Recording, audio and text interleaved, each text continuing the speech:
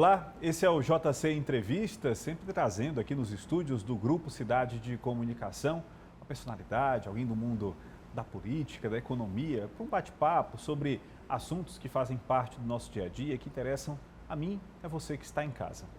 Hoje nós recebemos aqui nos nossos estúdios a secretária de Saúde do município, Ana Estela Leite, para fazer um balanço sobre esses 2 anos de pandemia, essa loucura que de repente tomou conta de todos nós e que nós estamos imersos até agora. Secretária, seja bem-vinda ao Grupo Cidade. Muito obrigada por essa oportunidade, de estar aqui junto com vocês, a gente fazendo esse balanço e essa retrospectiva, digamos assim. Foram 2 anos extremamente difíceis, de muito aprendizado, de muito desafio, mas que também nos traz alguns legados, E antes da gente começar aqui com o nosso bate-papo, eu convido você que está em casa, que está acompanhando aqui o JC Entrevistas, a deixar o seu like, a nos acompanhar nas redes sociais e também acionar as notificações aqui do nosso YouTube para toda vez que tiver conteúdo novo, você ser notificado, você ser informado e ficar sempre atualizado, tá certo? Então, secretário, eu gostaria de começar perguntando justamente para a senhora. 2 anos de pandemia, acho que o que todo mundo quer saber, a gente já está mais perto do que longe de chegar ao fim desse pesadelo? Esperamos que sim, mas nada nessa pandemia pode ser dito como certeza, A gente está aqui no final de uma terceira onda, podendo a qualquer momento ser surpreendido por uma nova variante, que possa ou não ter um escape das vacinas existentes. Então, a gente está o tempo todo, digamos, alerta e vigilante. A vigilância em saúde, ela tem atuado de uma forma extremamente importante. E toda essa pandemia tem muitos aprendizados, mas foram 2 anos de muitas incertezas. Agora, o assunto que se fala, inclusive em muitos estados do país, aqui já começa a ser falado também a questão da retirada das máscaras.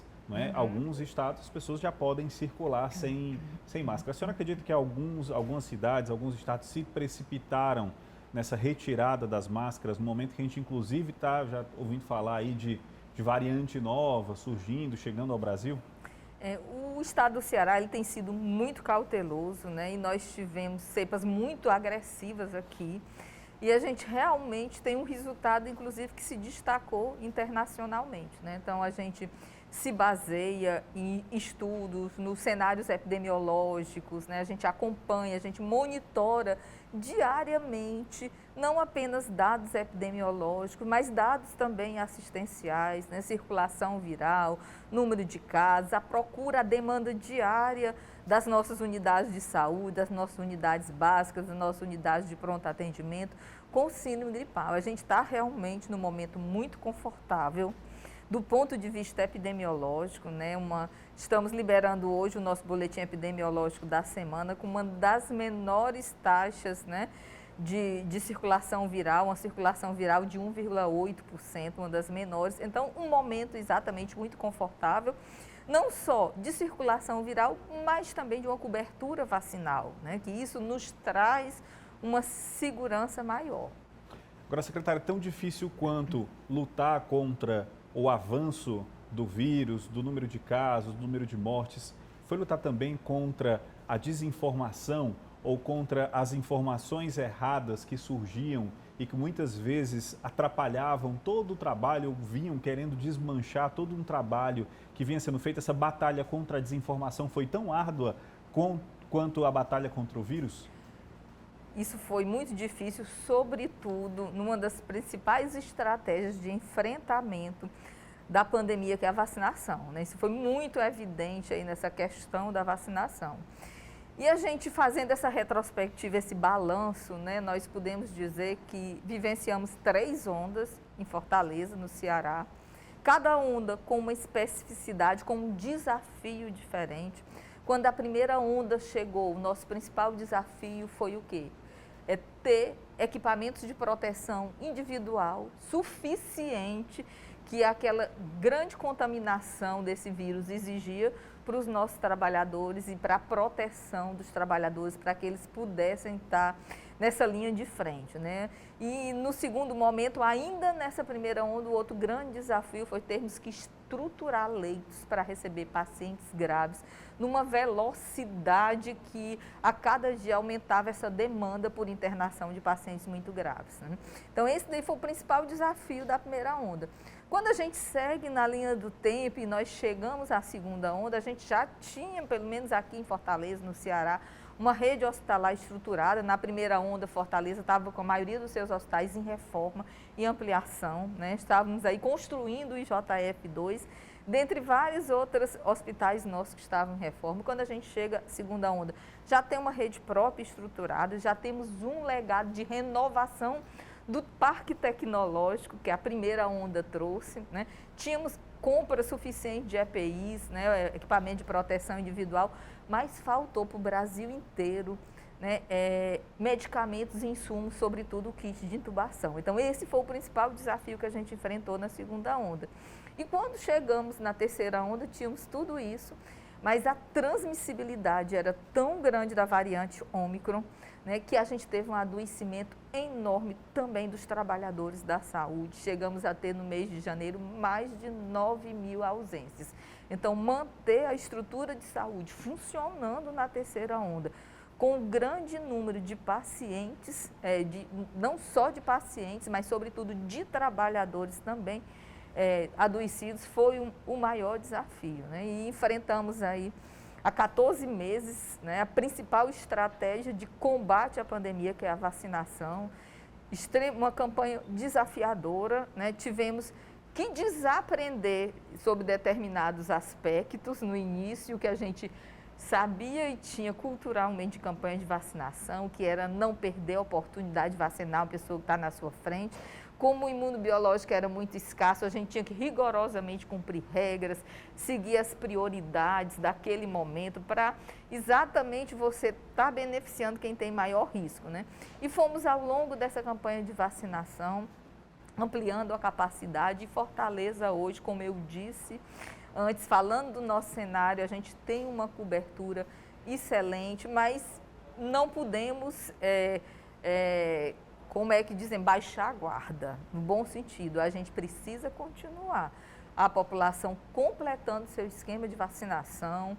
Nós temos aí um número superior a 500 mil de pessoas, para ser mais preciso, mais de 600 mil pessoas que já completaram 4 meses da segunda dose, ainda não foram tomar sua dose de reforço. E tem gente que não tomou ainda nem a segunda dose, né? Mais de 26 mil pessoas que não voltaram para tomar a segunda dose da AstraZeneca, por 26 mil só da AstraZeneca, só mas da AstraZeneca. Temos cerca de 185 mil que não foram tomar a segunda dose, quando a gente soma todas as marcas, e ainda temos 200 mil pessoas que não tomaram nenhuma. Né? Agora, secretária, você sabe se por que já fez algum tipo de estudo para saber se de repente a gente que se mudou e tomou a vacina no outro canto, é gente que de repente faleceu nesse meio tempo, ou são pessoas que simplesmente resolveram não tomar a segunda dose da vacina? Já existe algum estudo para dizer por que essas pessoas não voltaram? Nós estamos com essa estratégia que nós lançamos agora de publicar o nome das pessoas por marcas de vacina,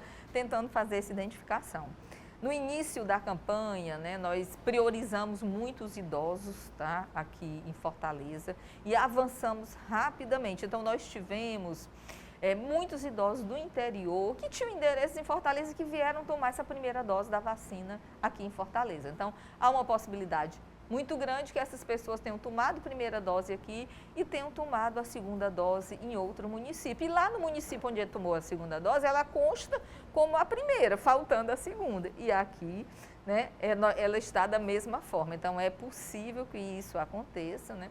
E nosso interesse, a gente tem feito essa campanha, temos feito uma busca ativa dessa população, diversas ações nos territórios, além de descentralizar muito essa vacina. Nós temos levado para locais fora dos nossos pontos de vacinação, mas que facilitem o acesso de uma população que tem mais dificuldade de chegar às unidades de saúde. Agora, secretária, a senhora é médica por formação e com uma longa experiência na área da pediatria, né? A gente percebe que existe ainda por parte de muitos pais, um receio de dar a vacina para os filhos. Mas, por outro lado, a gente tem aí as crianças que hoje já têm aí um esquema vacinal muito complexo, inclusive nos primeiros meses de vida, e os pais vacinam sem preocupação alguma. Só acredito que pouco a pouco a gente vai conseguir vencer esse receio à medida que um vai tomando, outro vai tomando, vai incentivando, a gente vai conseguir mostrar para todos os pais, os adultos, que a vacina realmente é segura e só traz benefícios? Perfeito. Perfeita a sua fala, né? A gente tem aí, já vacinamos mais de 130 mil crianças, né? Mas ainda não é 50% da população estimada de 5 a 11 anos. Essa fase da campanha, ela foi desafiadora no sentido de que ela iniciou no pico da terceira onda, com muitas pessoas doentes, inclusive profissionais, mas também sobre muita discussão no país, né, se deveríamos ou não vacinar esse público infantil. Sabemos sim que eles estão por último, né, o público até o momento, depois que a gente seguiu em todas as faixas etárias, decrescente, né, do mais idoso para o mais jovem, porque tem menor risco. Mas as crianças também, elas têm um risco menor, mas elas podem ter formas graves. E não estando protegidas, não estando vacinados, quando o vírus ele chega em um ambiente, se você está protegido, tem uma barreira maior da infecção, e eu não, logicamente, eu vou ter muito maior probabilidade de me infectar, de adquirir a doença e também estar transmitindo a outras pessoas, né? Então, essa vacinação das crianças, ela tem um papel importante, não só na proteção da criança, porque se ela não for vacinada, ela vai estar vulnerável, mas também nesse papel de você ampliar a cobertura de toda a população, né? E aqui eu posso lhe dizer, nesse número que nós já vacinamos, nós só temos 4 registros, foram quase 140 mil crianças quando a gente já coloca a primeira dose e a segunda dose. E temos apenas 4 notificações de eventos adversos, nenhum desses eventos graves, 3 não graves e 1 ainda está sendo avaliado, né, para ser classificado mesmo, se vai ser considerado como realmente um evento adverso ou não. Então, isso mostra a segurança dessas vacinas, que os pais não devem ter medo.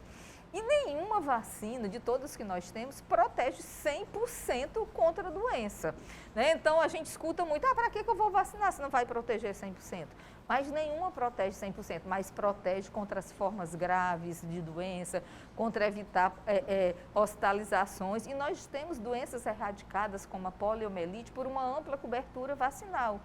Sarampo desapareceu por um período, e aí quando essa cobertura do sarampo ela diminui de vacina, o sarampo retoma. Então é muito importante a gente estar sempre mantendo uma alta cobertura vacinal das nossas crianças, e foi com as vacinas que há décadas atrás nós conseguimos reduzir consideravelmente a taxa de mortalidade infantil. E as nossas crianças já são vacinadas ao nascer, né? Essa é apenas mais uma que vem se somar ao calendário de tantas outras que nós temos no nosso país, né?